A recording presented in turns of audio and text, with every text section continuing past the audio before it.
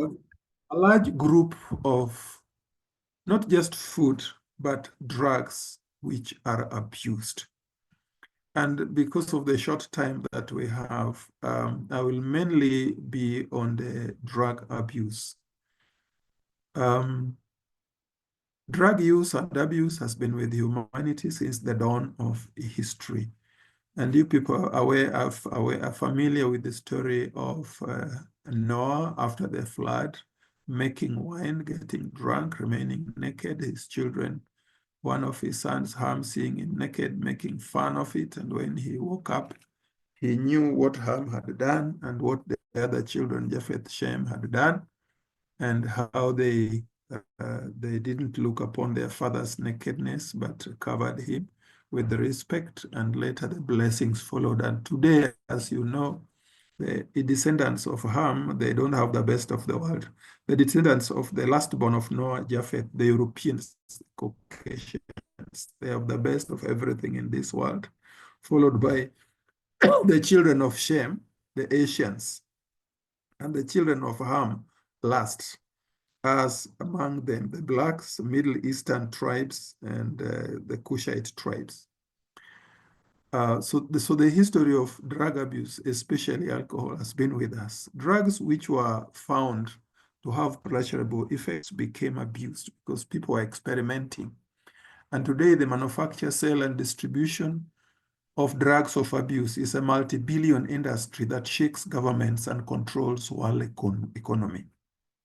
There are many countries where, unless you are in tune, you have alleged drug abuse barons, you cannot assume any position of leadership in some of the Central American countries. So the use of drugs of abuse involves all sectors of the population, from the rich to the poor, educated, illiterate, the lowly to the mighty, children, youths, adults, elderly, males, females, and affects families, churches, governments, and educational institutions, including the University of Nairobi and including even the medical school, where all the knowledge of these drugs of abuse resides. Their use has resulted in disease affecting all organs and systems of the body.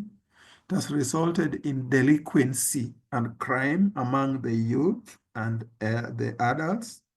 It has resulted in poverty and economic deprivation. You need to check about tobacco and land, fertile land damage in the places where it is cultivated, places like Migori, Eldoret, and Central Province, some areas. Poverty, economic deprivation, soil damage, violence, malnutrition, and death. So these have increased in the last few decades, causing a hue and a cry.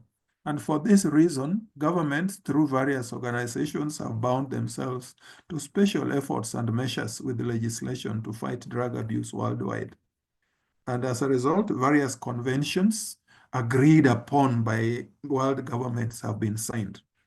In Kenya, through the efforts of the Adventist Church through ICPA Kenya, the government was led to form a governmental body to lead in this work of fighting alcoholism and drug abuse.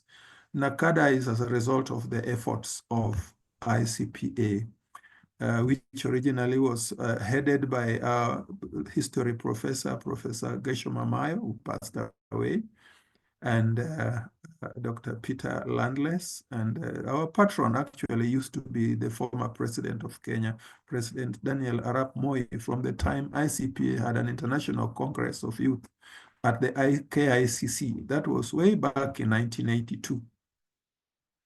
So today, as things stand, we have NACADA, the body charged with the responsibility of forging forward the fight against alcoholism and drug abuse. But as you know, that these people, led by some who are Catholics and Protestants, they don't really have the message that we have. And so their fight against alcoholism and drug abuse has been diluted because of lack of concrete and clear vision and plans. The Ministry of Health itself, as a Department of Non-Communicable Diseases, and the Office of the President, the two, they work together. So various NGOs are there involved in this fight against alcoholism and drug abuse. And as a result of all these efforts, we had a tobacco control regulations of 2007 and the modified version of it in 2016.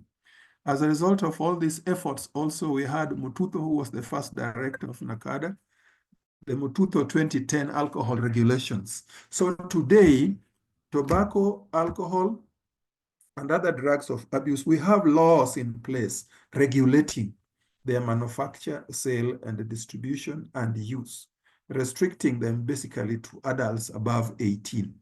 So people below 18 are not allowed to drink, and neither are they allowed to buy tobacco.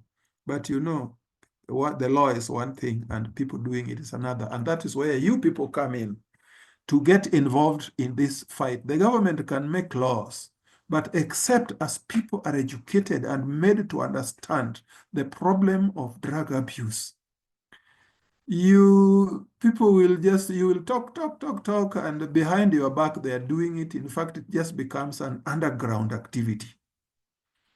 Once in America, they banned alcohol. The temperance society in America was so strong that they actually led the government in banning alcohol in the whole country. It didn't solve the problem. Alcohol manufacture and sale and consumption only went underground. And for a period of 14 years, alcohol was banned in the US. At the end of it, there were so many problems, they just had to do away with the law. They unbanned. So all they agreed is that this thing, we can't stop it. All we can do is, please, let's just find laws, make laws to regulate use. Trying to ban it can't work. So Kenya is signatory to several conventions. They are listed there. I will not go through them, 1961, 71, 88, and others. So what really is drug dependence? Drug dependence is when you are addicted to taking these drugs of abuse, and when you stop it, you suffer what is called withdrawal signs and symptoms. So withdrawal of these drugs of abuse, after you have been used to them, you are addicted to them, results in physiological reactions, okay? Physiological signs and symptoms, which are called withdrawal reactions. This is what characterizes drug dependence. So if you've been drinking and you get so used to drinking that when you stop, then you suffer these body reactions. It means now your body is dependent on the alcohol. It cannot do without it. You are now a sick person. The withdrawal signs and symptoms varies with each drug.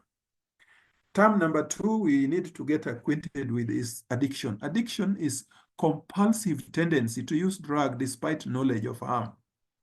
Just like for many of us, there are sins we are addicted to, and we have a compulsive tendency to commit those sins, even when you know very well that they are wrong.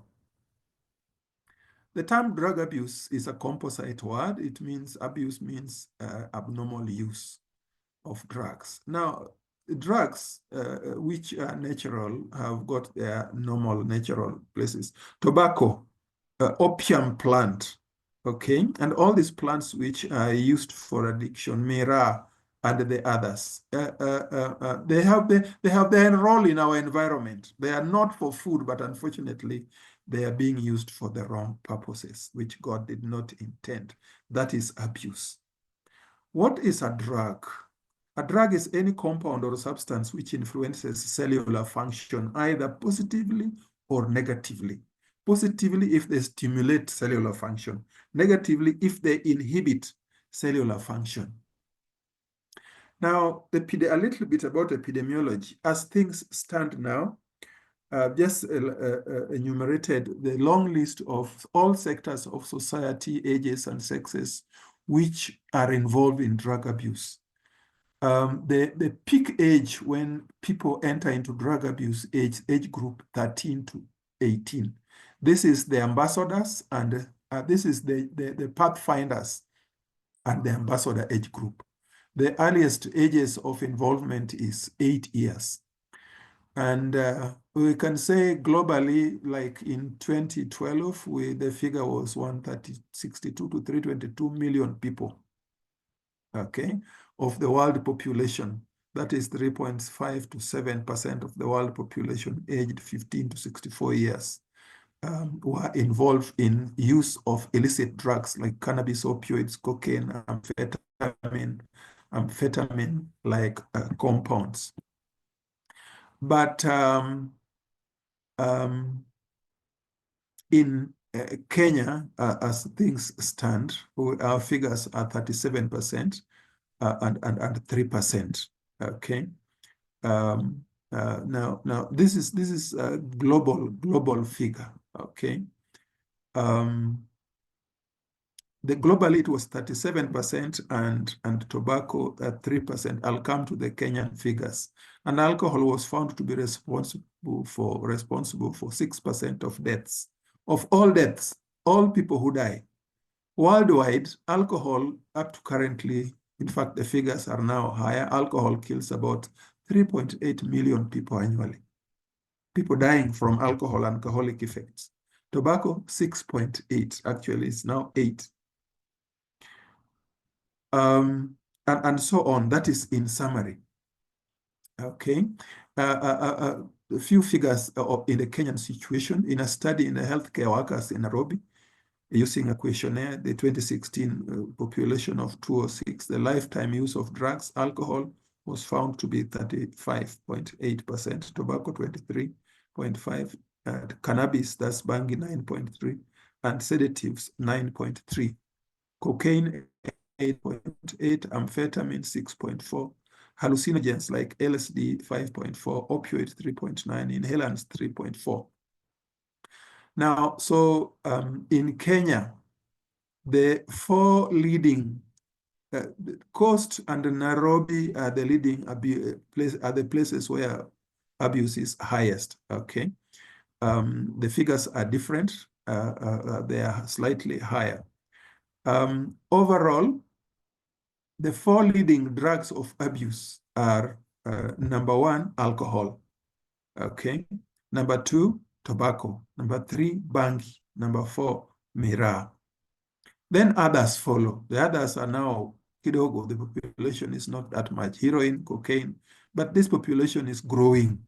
Okay, this population is growing. So once again, if we look at the list of drugs which are abused, they include alcohol, number one, tobacco, number two, bangi, number three, miraa, number four, heroin 5, cocaine 6, LSD 7, inhalants. You see these street boys with the gum bottles containing gum they're inhaling on the streets, okay?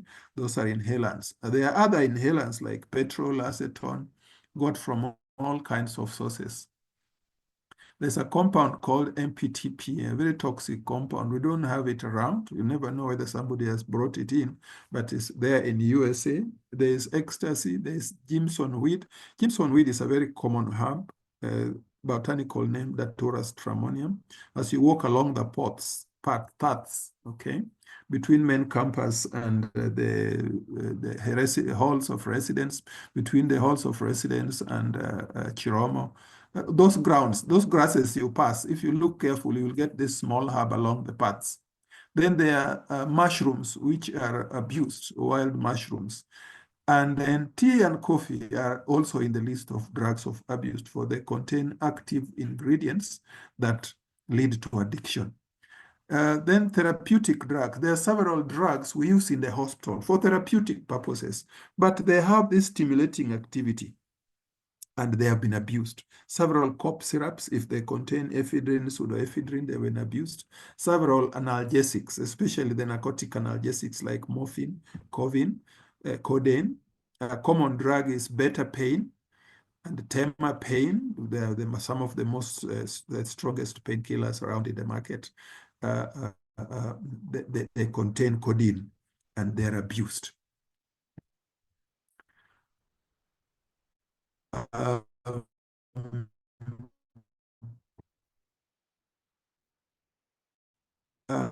um, then we have sedatives like diazepam, they are abused.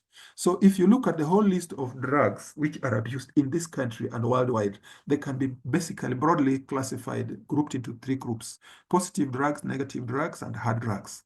So the positive drugs are those ones which have therapeutic use, but they are addictive. Okay, drugs like codeine, morphine, the strongest painkillers. Then negative drugs. Negative drugs are those which are socially acceptable, but they are addictive. Okay, and they are the most difficult to fight because socially they're acceptable. So people take it like if it is normal. It's a normal pattern of life. And when you talk against it, they don't understand you. And not only that, people have invested a lot. Kenya Breweries, BAT Kenya. These are huge companies, a huge market, and shopkeepers and workers and shareholders, the whole country is involved with this industry. It is socially acceptable. And so it makes it harder to fight. Tea, coffee, alcohol, Mira, cigarettes. With Mira, don't tell Merus Mira is a drug. They will even fight you. I hope there's no Meru in this group. They don't even believe Mira is a drug. It's an innocent compound, a medicine. In fact, to some of them who are ignorant, who don't know what's happening. Then, of course, cigarette growers will not be very happy with you. Then group 3 are the hard drugs.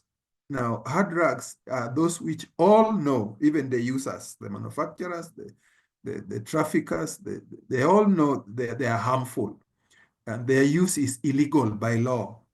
Okay, this includes heroin, cocaine, bangi.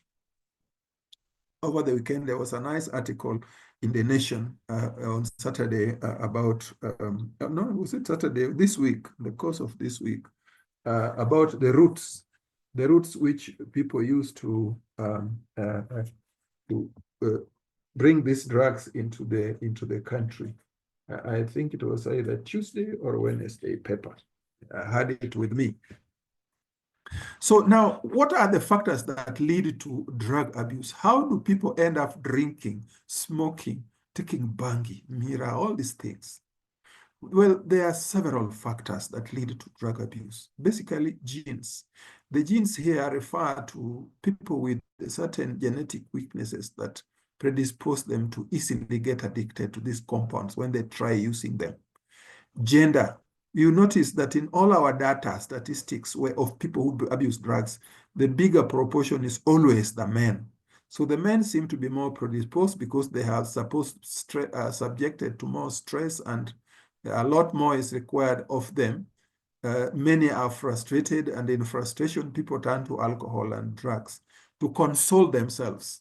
Then ethnicity. There are communities in Kenya where if you don't drink, something is wrong with you. Some tribes in Rift Valley, some areas, if you don't drink, you are not normal.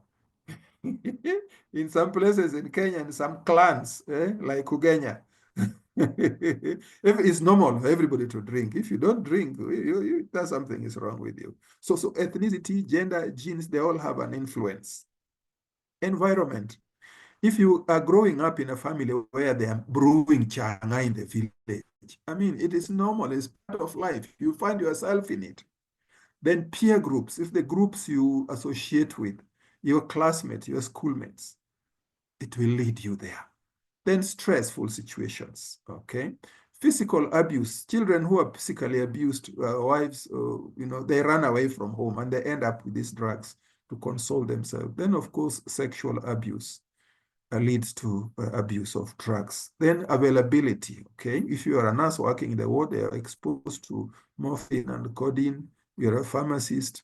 And then, of course, again, if you are working in a bar, okay, or in a hotel where these things are just part of life. I'm aware of many Adventists, even pastors' children, who work in hotels, and they end up, because they're given some of the beer for free, they end up drinking. Availability. Then family problems. Oh, I tell you, today the family is in trouble. And I keep hammering this subject, but I don't know if it ever gets across, especially to our young people, that young people, please be aware. The devil is angry with humanity And the best place to start destroying humanity is if you can destroy marriage and love, if you can destroy families, force people to separate and to divorce, the children are left exposed, frustrated, and angry. And to console themselves, they end up in drugs. Disciplining children, monitoring them becomes a problem when the family separates. Please, young people, be aware. Be careful before you make a move to enter into marriage. Enter into a marriage when you are sure you have the blessings of your parents and God. That is the safety. Okay, be sure it is God with you. Don't enter into a marriage where you are leading to divorce. It is rampant, and the way the constitution, the laws of Kenya, the worldwide have now been made to undermine the family unit. It is terrible what the devil is doing. Family problems easily lead to drug abuse. Then ineffective parenting. In summary, basically, parenting falls into three categories. There is a family where children are brought up in a dictatorial way. Children are to be seen, not to be heard. You do what you are told, upende usipende, and no explanations and no questions. It is terror. Utapigwa usipofuata njia. Yeah? That is dictatorship.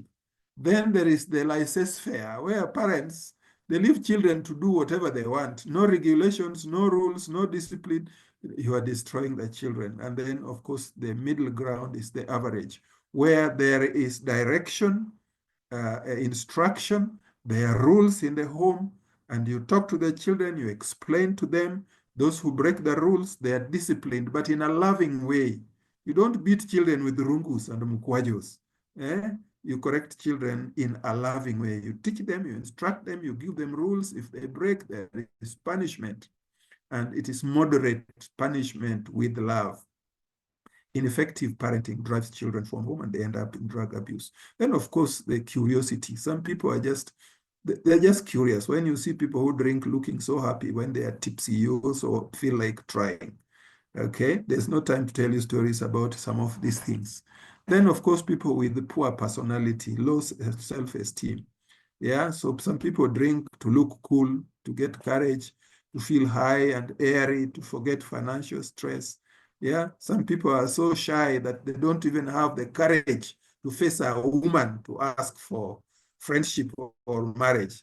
But after they are drunk, yeah, they have all the courage. They can face a woman directly in the face and tell her, "Excuse me, I like you, you are beautiful. Can you be my girlfriend? Or can you marry me?" There are men who can't do that until they are drunk. Peer pressure, then ignorance, and of course, spiritual poverty. All said and done, drug abuse is basically a spiritual problem. Ignorance and lack of direction in life. If you go to church and take data for any church, people who drink or those who attend church regularly and even have responsibilities in church, indicating they are serious members, drug abuse amongst them is less than 2 or 3%. But if you take the general society where people don't know God, drug abuse is much, much higher, over 50%. Okay. So signs of drug abuse, your brother, your sister, you see, notice a change in the friendship, the peer group. There will be carelessness in grooming. There will be decline in academic performance. There will be loss of interest in favorite activities. There will be changes in eating habits and the changes in sleeping habits. They like to be alone and keep awake in the night when others are sleeping. Question is what they are doing. They tend to have bad relationship with family members. Quarrel, no respect for their parents, always answering back and disobedient and disregard of family norms and rules. And their brothers and sisters always quarreling and fighting. Bad family relationships. Okay, is a sign of drug abuse. As somebody starts drugging, using alcohol and tobacco or whatever drug, when you start, you go through 3 stages of drug abuse. At the start of use, there's a pleasure that drinking, smoking, taking these things brings. So initially you are taking them and you're getting pleasure. But with time, the body tends to adjust because these are poisons. The body wants to adjust. And as the body adjusts to them, the body becomes used. Addiction sets in. So from initial pleasures, okay, you will go to the second stage. When initially you start taking alcohol, you need only a small quantity. Even a half a glass is enough to make you tipsy.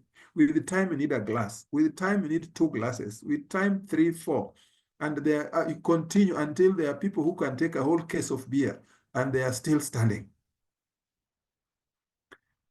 As the quantities taken increase, damage to the body increases and addiction and dependence sets in. Addiction and dependence is stage 2. Okay, when now you are used to it. You are used to it, you can't do without it. Past that stage, you reach stage 3, where because of the quantities you take and the continuous chronic intake, there is physical damage to your brain, your nerves, your liver, your heart, your gut, your bones. Practically every organ system in the body is involved. There's physical damage, especially to the brain and to the mental functions. Stage 3 is an irreversible stage. The organ damage has taken place, and there's not much you can do. Some physical clues that indicate to you whether your siblings, your friends are abusing drugs. IV drug users will have scars, okay, on the cubital fossa, that is the anterior part of the elbow, okay, or on their hands, on the back of their hands. Even on the dorsum of the feet, okay, the top part of the feet. They all remove shoes and socks and use those veins which are visible to inject drugs. Those who take bangi will have red watery eyes. Those who take alcohol will have typical, what we call alcoholic faces. Red lips, puffed up faces, bruises on the face, okay? They appear sleepy.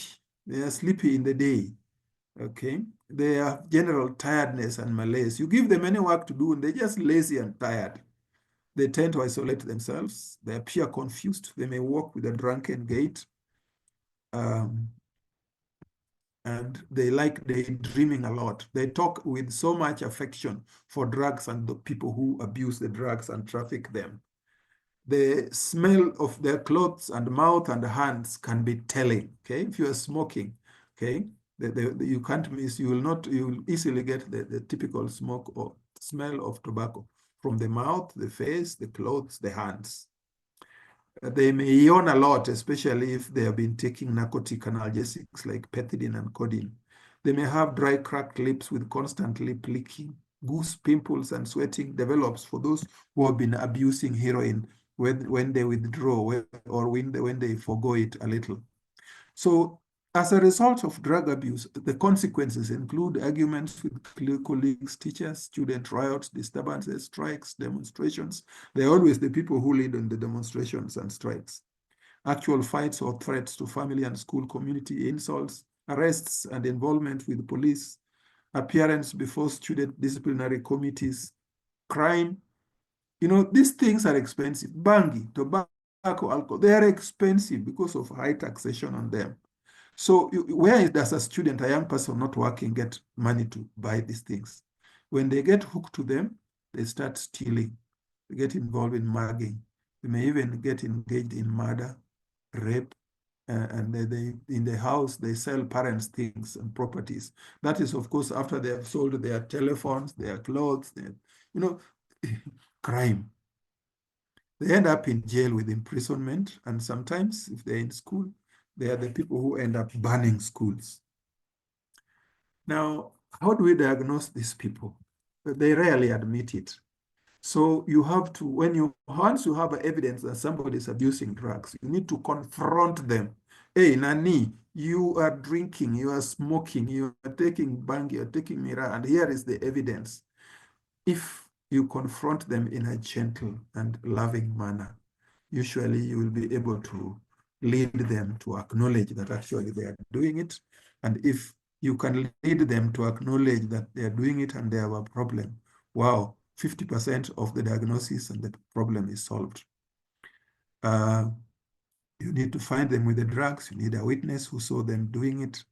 So you need to be direct and just face them without fear. And Nani, please, from what I see or hear, or this evidence I have here, you are doing it.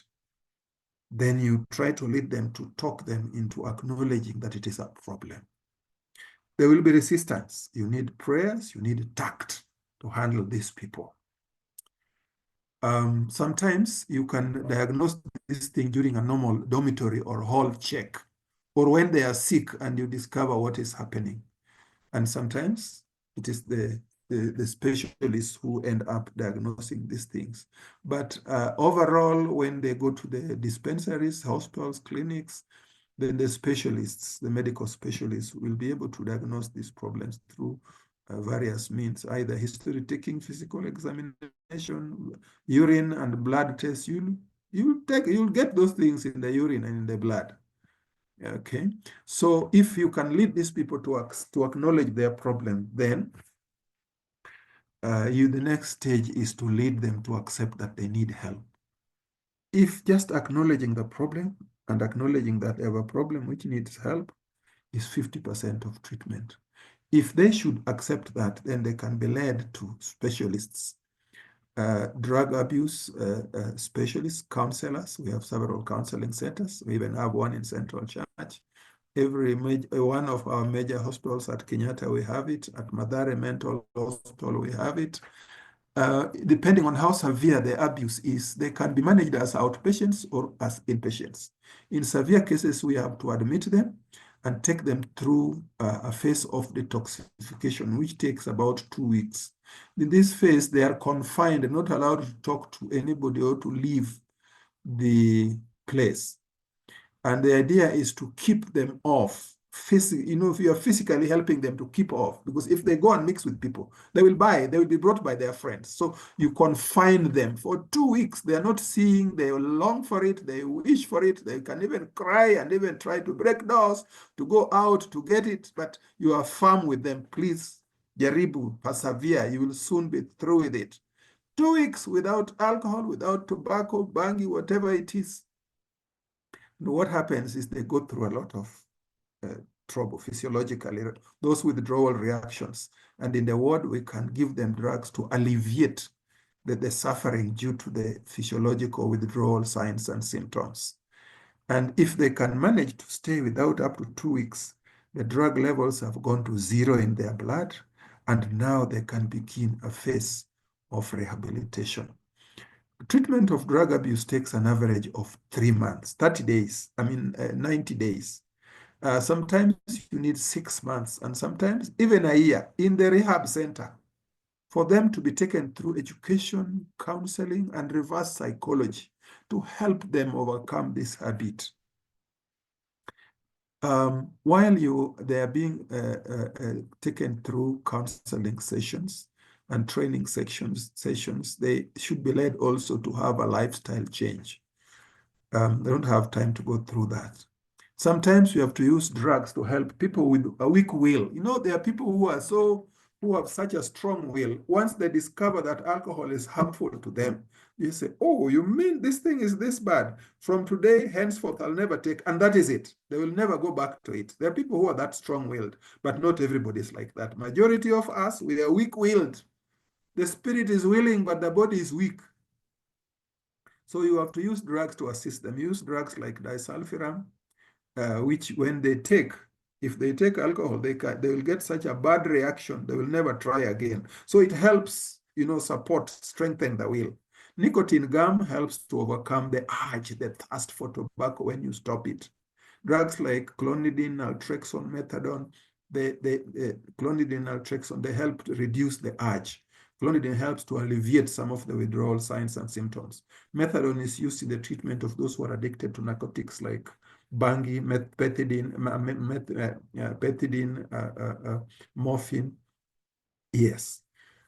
So treatment can be outpatient or inpatient in the rehabilitation centers. And after they are through and you are sure you have done your job, they have corrected, then you discharge them and you follow them up. When you follow them up, you need to link them to groups of people who have been there before.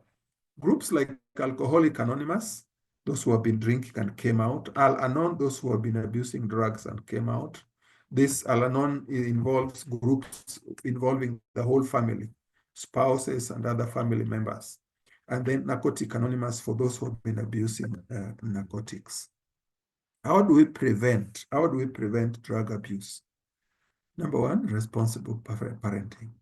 Number two, education. And this is what ICPA Kenya is busy doing, visiting various groups, inviting them to our center at the union offices, or visiting the schools and colleges and presenting programs, trying to reach people. Unfortunately, it's not very easy, especially when you go to those schools, because the people who really need it, it's hard to convince them to attend those meetings. But we try. We have to educate people to be armed with knowledge. To be forewarned is to be forearmed. Knowledge is power. So education. Then leading them to know God. Drug abuse is basically a spiritual problem.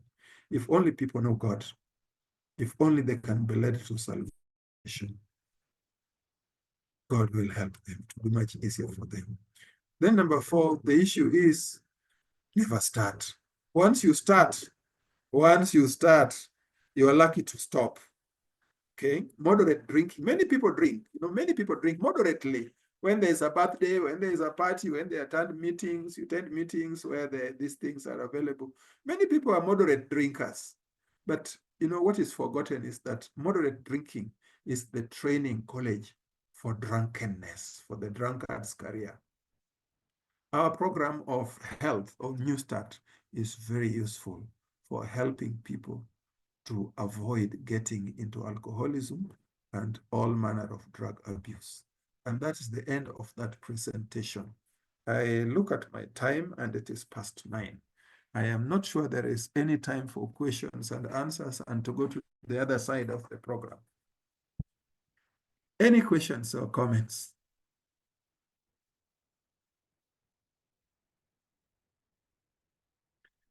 Are you still with me or everybody is asleep?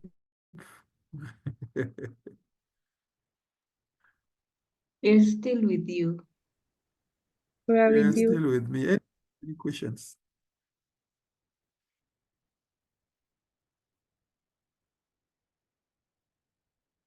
Okay, if no questions, I'll briefly try to tackle the other subject of food.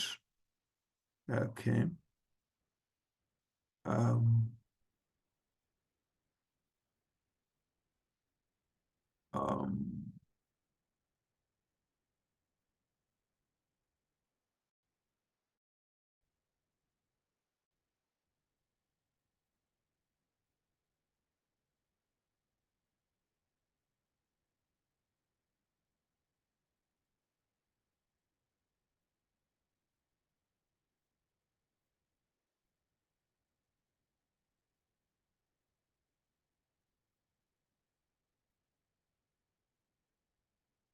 oh, I don't know what I did.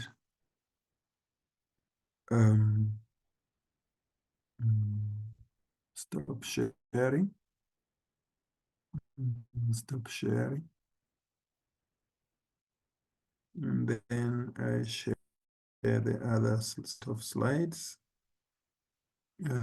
Healthy living. What I want to talk about food is found in this set of slides about healthy living.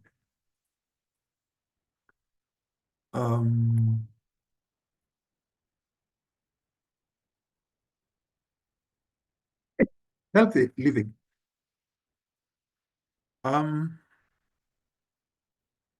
What is health? Health is a state of well-being, physically, mentally, socially, and spiritually. Physical well-being, we all understand, okay?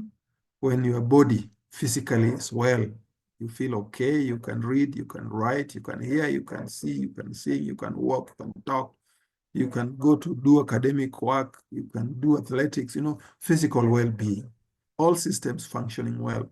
Mental work is basically alertness, attention, concentration, learning, memory, thinking and decision-making, expression, adaptation, emotional balance. All those are mental functions. In media mental use, one can be very healthy physically and then yet be sick mentally. Those mad people in Madare, okay? Physically, they are very okay, but mentally, they are sick. Okay? And of course, when you are drunk, alertness, attention, concentration, learning, and memory is gone. Thinking, decision making is gone. Okay. Socially, it refers to right relationship with your fellow human beings. Okay, with the family, friends, colleagues, other people, and the authorities. How you relate to the authorities, the government, college, and the institutional administration. How do you relate with people in society? Okay, if all is not well in that area, you are not well. Okay, spiritually, it refers to a right relationship with God. Health determines our performance in this life and our longevity. Okay, and in a brief look at longevity worldwide, we notice that developed countries have a higher life expectancy. Life expectancy is an average of the days, the time from when a child is born to the time when person dies. Okay, so when the life expectancy is high, it just means that majority who are born reach grand old age. At this period, when these figures were taken, and semi-autonomous state in Spain had the highest life expectancy, followed by Japan, at 89.5 years, Japan 84, Australia 82, and this keep changing every year. The current figures for today, I didn't check them up, but they're not very far removed from this. It is notable that African countries are the lowest. In Africa, Egypt had the highest, 73.7 years. Kenya, 63.77 for the females. The males, you'll get them, they're lower than this. South Africa, 62. Tanzania, 61. And Ethiopia, 61. And the lowest was Zaire, okay, with just about 27 years of life expectancy. Yeah, so it's a reflection of how well we as a society, as a nation are doing. The factors which determine good health and life expectancy include primary health care. Those factors are mentioned there. Primary health care provisions. Curative care services, that's hospital, clinics, emergency services. And at some stage, we all agree with the World Health Organization that primary health care is the most important part of health care. If you look at disease patterns over the last 2 centuries, from the 1700s to 1800s to 1900 to the current century, the patterns of disease have changed in developed countries and even in our developing countries like Kenya. Long ago, it was infectious diseases. Now, through behavior change, education, and change in environment, improvement in environment, water, housing, things have changed. These infectious diseases have been overcome. And now the problem of developed countries are degenerative diseases. Countries, middle-income countries like Kenya, we are slowly still down there with infectious diseases, which are the most common cause of disease and death. But we are pulling out, and now degenerative diseases are getting a larger share of us. Okay, it's getting a larger share of us. And if you look at developing countries today, the leading degenerative disease, coronary artery disease, heart disease, okay, number 1, followed by strokes, and number 3, cancer. Others are accidents or injuries, chronic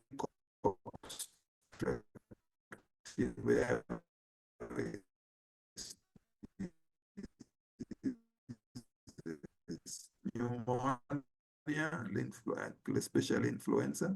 This virus is flu, liver disease, especially liver cirrhosis, then atherosclerosis, this coating and hardening of blood vessels leading to poor circulation. This developed country are mainly lifestyle diseases. Okay, atherosclerosis is a problem of diet and food. Chronic liver disease is a problem of alcoholism and eating poorly stored food contaminated with fungus, especially cereals like maize, beans, peas, stored poorly. You will end up with fungal contamination and liver toxicity. Suicide is a problem of people who are spiritually sick. Diabetes is a lifestyle disease. Pneumonia, those are infections, but chronic obstructive airways disease is partly genetic, partly because of our poor housing and environment. Okay. Accident injuries are because of lifestyle, people drinking, drunk driving, okay, and they're walking carelessly on the roads. Cancer, strokes, heart disease, these are degenerative, these are lifestyle diseases. And all these lifestyle diseases have a lot to do with our food and diet. So what you eat has a lot to do with the kind of diseases that you're going to have and what you will see in society around you. Notice that in Kenya, some time back, 20 years ago, the leading causes of problems, disease and death, okay, were infectious: malaria, respiratory infections, skin infections, diarrhea, intestinal worms, accidents, eye infection, urinary infections, rheumatism, then ear infection, all infectious diseases, okay? But now, 2010, some 15 years later, cancer has cropped up among the 10, okay? Peptic ulcer disease and HIV. Now, these are more or less lifestyle diseases, okay? So worldwide, the leading lifestyle diseases are coronary artery disease, cancer, strokes, hypertension and chronic heart disease, diabetes, alcoholism, stress and suicide, sexually transmitted diseases, especially HIV, diarrheal diseases, infectious diseases, and skin and upper respiratory tract diseases, obesity, even obesity and malnutrition. When some people are starving from lack of food, others have too much, okay? Now, the Adventist lifestyle, with the health messages God gave to us, the Adventist church is a special church in this area of health and lifestyle and well-being. Studies upon studies of groups of Adventists have shown clearly that the way Adventists live gives them better health, better life expectancy, and longevity compared to the average population in all aspects. And it is because of their lifestyle, abbreviated by this acronym New Start, where we emphasize the right nutrition, physical activity, water, sunlight, temperance, air, rest, and trust in God. Enumerated in that list are various studies done on Adventists, but all they show is that Adventists, because of their lifestyle, they have an edge over everybody else. Now that brings me to nutrition, where the interest is, to summarize, to cap it all. In nutrition, what we are talking about is a balance. You see, we are basically what you eat. Man was made from the earth. God took soil, molded man, and created Adam. We are earth, and when we die, we go back to the earth. All the elements found in your body are from the earth. The earth is our mother. God at creation gave instructions about food and diet. Genesis chapter 1. And if you look at the food of man, it was a balanced vegetarian diet. With sin, nevertheless, things took a bad turn. And after the flood, God now allowed man to partake of flesh. But with the restrictions that there are clean animals and there are unclean animals, which should not be eaten. But stubborn, rebellious human beings, of course, people like the Southeast Asians, the Chinese, Koreans, and others, they eat everything, including snails, caterpillars, snakes, rats, anything on this earth they eat. And they pay a big price for it. You can notice, you can see what their sizes are. Okay? Very short, small people. So in nutrition, what you eat, what is important is a balanced meal at all times. You see, your body, the cells, the way they function, they are designed to function. When there is cell division, cell growth, all the molecules, all the elements of nutrition needed for cellular growth must be there. If even one is missing, that cell will not grow. It will instead become sick. So at any meal, there should be a balanced diet. Any meal should contain all the classes of foods: proteins, carbohydrates, fats, vitamins, minerals, fiber. Okay? A simple meal of githeri, maize and beans, taken with uji, or tea will contain proteins, carbohydrates, fats, vitamins. And if you take it with a fruit, my friend, you have everything. These minerals, these cereals, they have the minerals, they have the fiber, and the fresh fruits and vegetables have the vitamins. So try practice balanced diet. The one rule about food is there should be a variety. Do not have a practice of monotony of diet, because there is no one food which has everything. By eating a variety of foods, you get all the elements that your body needs. So always include fresh fruits and vegetables in your meals. Vegetarian diet with minimal milk and eggs are the recommended ideal diet. Now, when you eat, even if you're a vegetarian, practice temperance. Moderacy in eating, in regular meal times. Okay, meal time should be regular. Breakfast time, lunch, supper. Meals should be regular. Irregularity in meal eating leads to poor digestion and improper use, in suboptimal use of what you eat.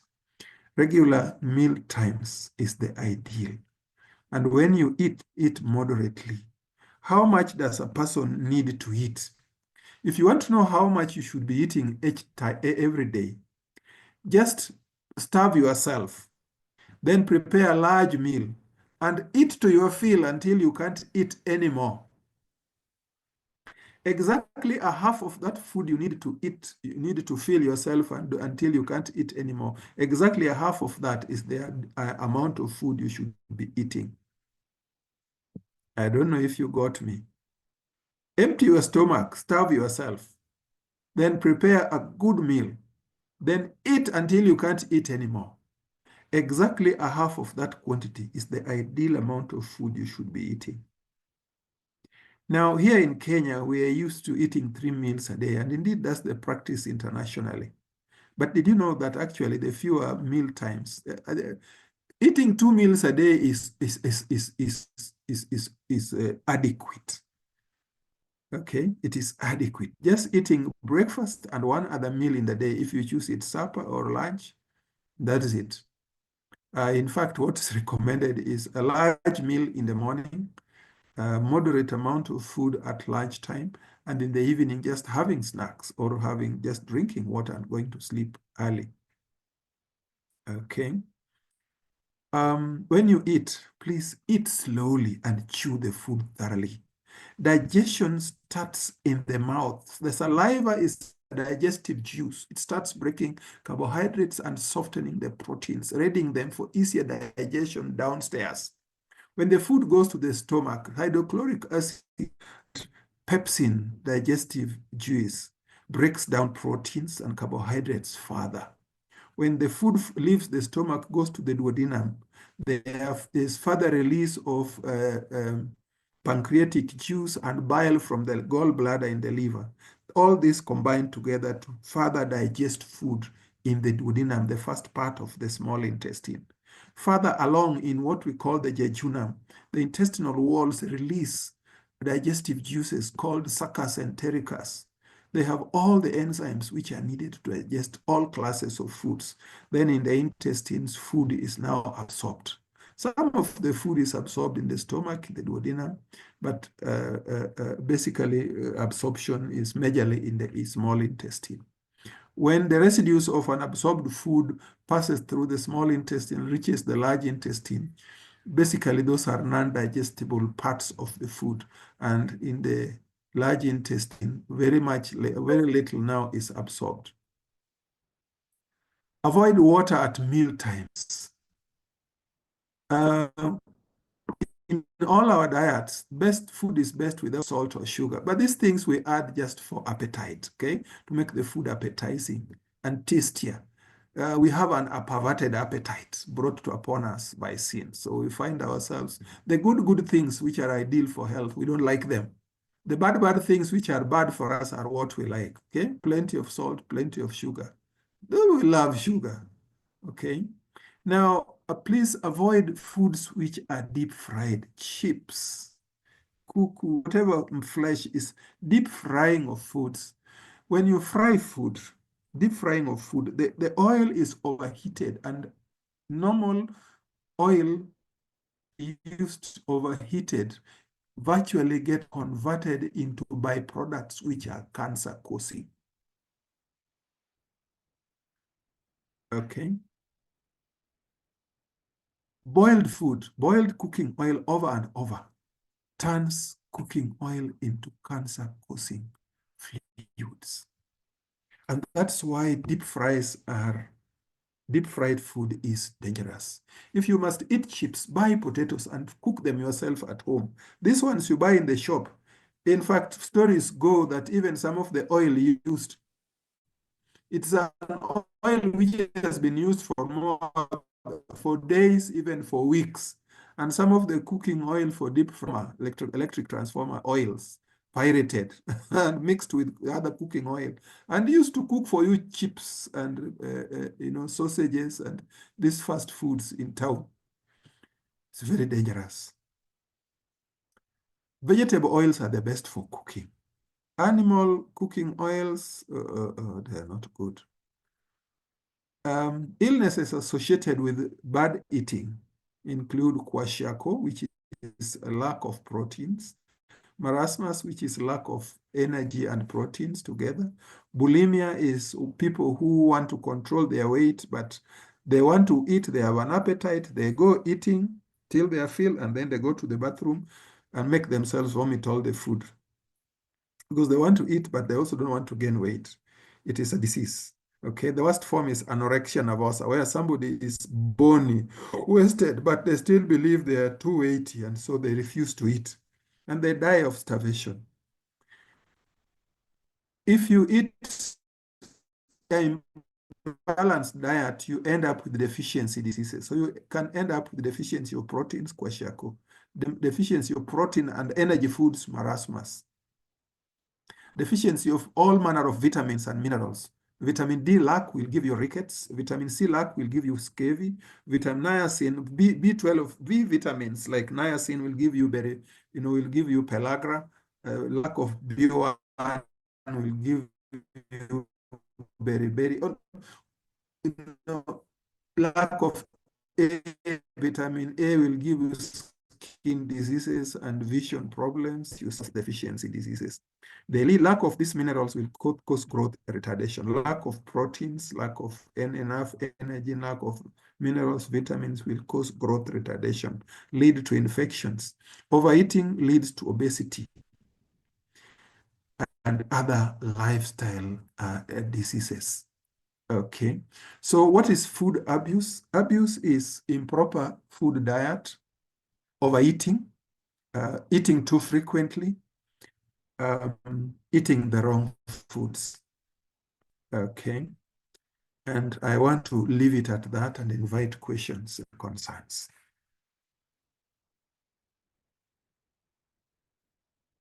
I've taken an extra time, 30 minutes to quickly run over that subject. So any questions?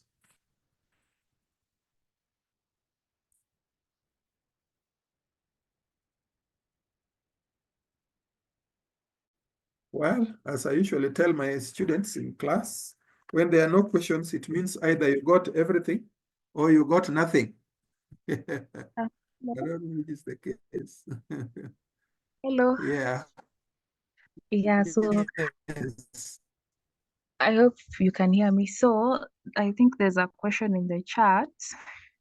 So one is Yes. asking, which drug have you interacted with, and what was your experience? Yes, I think it is more Come of again? a personal question. Which drug have you maybe say used, and what was your experience? Tea and coffee. I stopped using them in high school. I reacted so badly to coffee. Oh, it was bad reaction. Then tea, one day I just reacted. I vomited and I never taken tea to this day. But Oh, in high school, I was used to coffee. Oh, I used to drink coffee. And why were we doing it? So that we remain fresh, awake, and read up to midnight. When lights go off at 10, then you put on your lantern and you hide under your blanket in your small room and you read up to midnight. And so we used to take coffee to read. And then when you wake up early in the morning at 5, you take coffee to feel warm. I got hooked to it, and coffee addiction is bad. I reacted very badly to it. I've never smoked, yeah, but I have people all around me whom I see doing it. Yeah, I have them all around me in my family, relatives, uncles, aunties who do it. So I've seen it practically. Of course, I'm a doctor. I see these patients all the time. okay, thank you. And I think, yeah, from what I've seen, most adults they are addicted to tea and coffee. That is from what I've seen. So there's another question. Yes. Um, Yeah. what's your take on meat eating? Can we get same nutrients from meat like mixing legumes? Yes. Okay. Now, when you eat food, I stated that every meal you take should be a balanced meal, having all the 6 classes of foods: proteins, carbohydrates, fats, minerals, vitamins, roughage. Okay. Now, carbohydrates are easy to get. Any food you eat will contain carbohydrates for energy. Fats, you have to take certain nuts, okay, and legumes for you to be able to get the fats. Well, even cereals, maize, a lot of our cooking oil is made from maize, okay, maize extracts. So basically, fats and carbohydrates are easy to get. Usually, the class of food which is challenging to get is the adequate proteins. Now, when you look at the composition of foods, okay, if you take 100 grams of meat, the amount of protein in it is about 18 grams, okay? 18 grams per 100 grams of meat is protein. The rest is other foods. If you take beans and peas, the legumes, up to 23% of 100 grams is protein. So plant-based proteins are higher in protein. Now, meats will be higher in protein if you dry the meat, if you dry out all the water. Now, dry meat, of course, is almost 80% protein. Okay. Now, the richest source of protein is soya beans. It's about 50% protein. Okay, about 48, actually 48%. The values differ on according to which region you do the study of the composition of the food. But on average, soya beans contain about 50% proteins. It's the richest source of proteins. Now, the thing about proteins is that our body requires the amino acids, which is the subunit for making proteins. Okay, there are 20 amino acids. 8 of those amino acids we can make in our body, 9 of them, but 11 are essential. That is, your body cannot make them. You have to get them from your diet. We call them essential amino acids. The quality of protein depends on the balance of the amino acids. Basically, plant protein sources are incomplete. I mean, animal protein sources, meat, milk, eggs, they're complete. In fact, the 100% optimal food is milk and eggs. They have everything that you need. That's why babies survive on them. But once you grow to above certain age, then the meat and the milk, the eggs and the milk are no longer adequate, okay? They are no longer adequate. You have to now get other sources. So it's a matter of the quantity. Otherwise, milk and eggs are the ideal foods. Now, meats are meat proteins from meats, that is fish, chicken, birds, and cattle. Okay. They have all the amino acids you require in a balanced quantity. Okay, the amino acids you require, they are there in the meat in a balanced quantity. But the problem with the meat is you have many other unwanted things.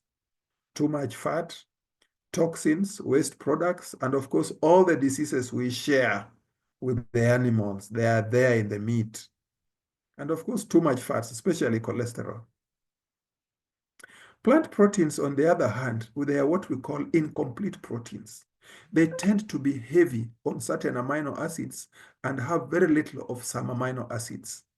And that's why when you're a vegetarian, you have to eat a variety of vegetarian foods. Don't be monotonous in your diet. Eat a variety of beans, cereals, nuts, legumes, okay? A variety, not one always, for you to get everything. So nevertheless, by carefully selecting vegetarian foods, you will be able to get all the classes of amino acids that your body needs. For example, githeri, okay? Take githeri with uji and a fruit. It has all the foods that you need. Now, for example, maize flour, maize itself is poorer in amino acid lysine, okay, but rich in other amino acids. Beans itself is poorer in methionine, but rich in lysine. So when you combine maize and beans, the lysine lacking in maize is supplied by the beans, and the methionine lacking in beans is supplied by the maize. The result is a complete protein source, providing all that your body needs. And of course, when you take it with uji, you further enrich it with wimbi, sorghum, which is even richer in minerals and vitamins. And then you take it with a fruit, you have all the vitamins that you need. So that with that simple meal, you have all that your body requires, minus the bad fats, minus waste products, minus all the diseases. So eating meat is like eating githeri with the mchanga. Utakula lakini meno yako itavunjika. Now that's not what anybody wants to do. Okay. So a balanced, a well-chosen mixed vegetarian diet provides all that your body needs in the correct quantities, minus all the disadvantages of eating flesh foods. I don't know if I've answered your question.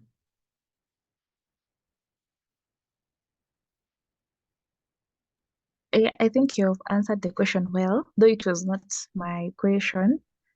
So I hope the person has been answered. So there are like 3 more questions. So Yeah. another is asking, which good place may you recommend for one to look for food which is unadulterated here in Nairobi? I think unadulterated, he means food free from Unadulterated. yeah. So contamination. Yeah. If you go to a place called Markiti, I don't know, there was a fight over it, and I don't know whether the state of the market now. Markiti, they bring all the natural foods from countryside, Kiambu, Kirinyaga, Embu, Meru, all over. They got very nice, fresh natural foods. Foods, vegetables grown in Nairobi have a problem of contamination with sewage and human waste. Okay. And then toxins, okay, from the industries going into Nairobi River. So foods grown within Nairobi city, basically contaminated, okay? If at all you ever have to eat meat or chicken, please eat those which are grown naturally in the countryside. Not these ones grown in the factories by poultry farmers in the, you get a group of 1 million chicken being raised by Ken Chick. And from hatching to adulthood takes about 2 weeks because they are given chemicals, hormones, and drugs to make them grow faster and bigger and fatter. For Nairobians to chew, that is unhealthy, that is wrong. It's the wrong production method of producing flesh for people to eat. Even the animals, the cows, the meat, You get ones raised through these hormones and chemicals, and they grow so fast, but they are contaminated with these chemicals. So the best eggs, the best milk to take from the countryside, the best chicken, best eggs to eat, fish. Better get fish from the river or from the lake rather than these ones grown in ponds, which are fed with animal foods. And those animal foods are from cows, hooves and horns and skins, which have been cut, roasted, and ground into powder. Chicken feed and cow feed, okay, from bone meal. They are not the best. If you at all you eat flesh from the grown naturally from the countryside, chicken, eggs, milk, meat, everything. The cereal foods, the vegetable foods from the countryside, they are the best.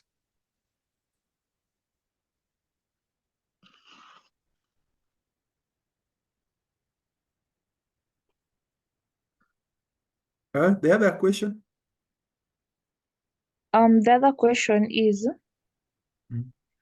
do you see a redemption to the youths of today, the Gen Zs, in matters drugs? And what is your take on this, and what must be done? What we are doing, what my take on them is we live in hard, difficult times in a generation which is rebellious against societal norms and against God. The devil has multiplied iniquity, so we are seeing increased rebellion against truth and reality, against societal norms and values. So increasingly, the young people are getting into drugs. But we can't give up. We must continue our education and our campaigns through every means possible. Just like we do it right from children's classes, teach young people, we teach these young people about drugs, drug abuse from children before, toddlers, right from that age, to baby class, to kindergarten class, to junior class, to pathfinders. We make sure we teach adventurers pathfinder on drugs and drug abuse. Then ambassador class, the secondary schools, and then even the young people in the colleges. We have to continue talking. So it is a continuous talk and education, educating parents, teachers, and encouraging them to talk to their young people. No one person can do this work. Every person must stand up and do his part. Talk to the children, talk to the juniors, adventurers, pathfinders, the youth in charge, talk to them in school, talk to them in church, talk to them at home, just surrounded with this information and message. And best of all, set a good example. One of the reasons we have a lot of difficulties in helping young people to stop smoking and drinking, school, college, because, statistics show us more than half of the teachers, they drink and they smoke. The teacher, whom the children, the young people trust, if they're smoking and drinking, what are they telling their students? It is normal, it is part of life, there's nothing wrong with it, enjoy life. And sure enough, the young people get into it. When you see medical workers, nurses, pharmacists, doctors, the people who know, you see them drinking and smoking. They are the criminals. They're leading everybody. They're telling by their example, they're showing everybody there's nothing wrong with these things. And this is the war I have with my own colleagues. I have a war with my own colleagues. I have colleagues who smoke like fish, smoke like a chimney and drink like fish. So the talk, the campaign must continue. We must never relent. Noah preached for 120 years. He never converted a single soul, but he never stopped preaching. In these last days, preach, teach, talk, shout. They may not listen, but one or two somewhere, somebody will be listening and will benefit. We don't stop at education. We have programs which demonstrate the problem with these things. We establish counseling and rehabilitation centers. We move government, parliament to make relevant laws to regulate alcohol and tobacco and other drug abuse. We encourage the anti-narcotics police unit at our airports and ports. We encourage the police and provincial administration. It's amazing. You can see bars, as a you can get bars right in front of a police station, open the whole day and the whole night. What is that? If the police, who are the law enforcement agencies, it is happening right in their face, what do you expect? So we have to continue to campaign, urge the government not only to make laws, but to implement them and punish wrongdoers. Our own leaders, MCS, MPs, ministers, showing a bad example. So it is a continuous talk, continuous pain. We move, we make laws, we continue campaigning, you know,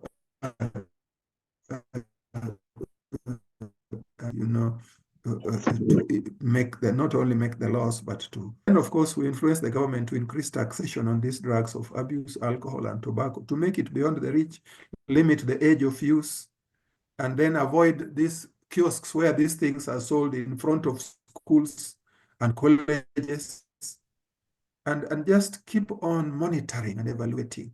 So today, because of NACADA, we have drug fighting licensing bodies and alcohol abuse, illicit drugs abuse in every country. In every country, NACADA has an office. As to whether they are doing their work, that is another story. But at least something is being done. So there is hope. As when I look at the data of drug abuse and alcoholism in the 70s, 80s, 90s, and in the first decade of the 21st century, second decade, and currently, there have been changes. Things go down, improve, and then they go back. So it's a to and fro game.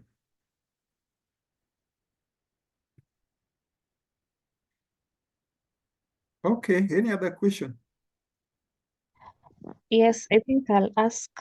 There's one more. Yeah. How can you counteract the urge of drinking water immediately after meals or during meals? Drinking water during meals or immediately after is not good. It impairs digestion. It leads to waste of food and poor gut habits. Okay. It impairs the food digestion. The way to prevent that is to drink water in between meals. Just make it a habit. When you wake up, you drink some water. And then or at least 1 hour after breakfast. Okay. 2 hours after breakfast, drink some 2 glasses of water. Sometime, or at least 1 hour before lunch, okay, drink water. When it comes to food time, you will not feel like drinking. And make up your mind, no, it is not good for you, and make an effort. So knowledge comes first, decision making number 2, and then you practice what you have decided. And of course, if you have problems, even small things like those, pray about those bad habits, and our Lord helps us. Okay, thank you for that. There is one last one. Okay, let me just ask the way it has been put. I have this friend of mine who is into bang. He always tells me how he wants to stop using it, but ends up using it again. He tells me that mwili inaitisha na anashindwa kuresist hiyo urge. It's like he is trapped in a cycle that he can't get out. On your take, what should he do to stop using it? He is a 0.5% treated. Acknowledging the problem itself is the half of the treatment. Now, what he needs is to see a specialist, a counselor, and drug addiction counselor to help him go through the phases of detoxification and then finally a follow-up treatment. Bang addiction is basically treated through counseling and supportive treatment. It doesn't require so much, but it can be done. There are even a few drugs we have that can help reducing the urge. So the person needs to see a specialist. Okay. ICPA offices are at the Union, the Eastern Kenya Union offices at Maxwell. Our office is there. We do keep a register there of those who are interested. But what we do, we connect you with the appropriate people. We don't have drug rehabilitation programs, but at least we can give you direction where to get help. One place is Chiromo Lane, another place is Madare Hospital, another place is Kenyatta Hospital Counseling Center. Maxwell, I told you we have a counseling place. Nakada they have groups which do counseling. And so we have counseling specialists who can take you through the program until you are helped to stop.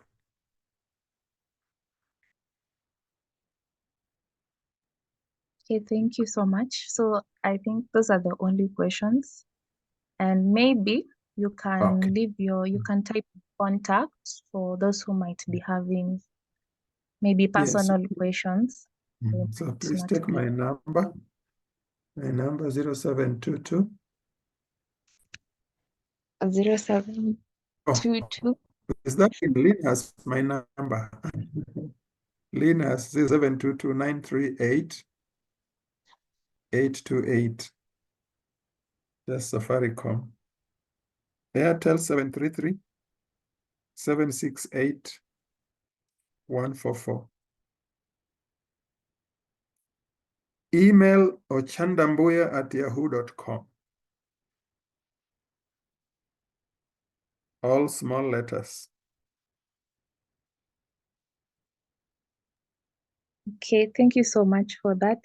The session has been really creative and very interesting. And I know the topic, there's much more. Yeah. So thank you so much. And to Okay. all who have joined, thank you. And we're looking forward to having you for another session. And also to Dr. Ochanda, I hope we will be having you more when invited. So we Thank will you. end it there because of time. And so just allow me to pray, to do the final prayer. So let Okay. us pray.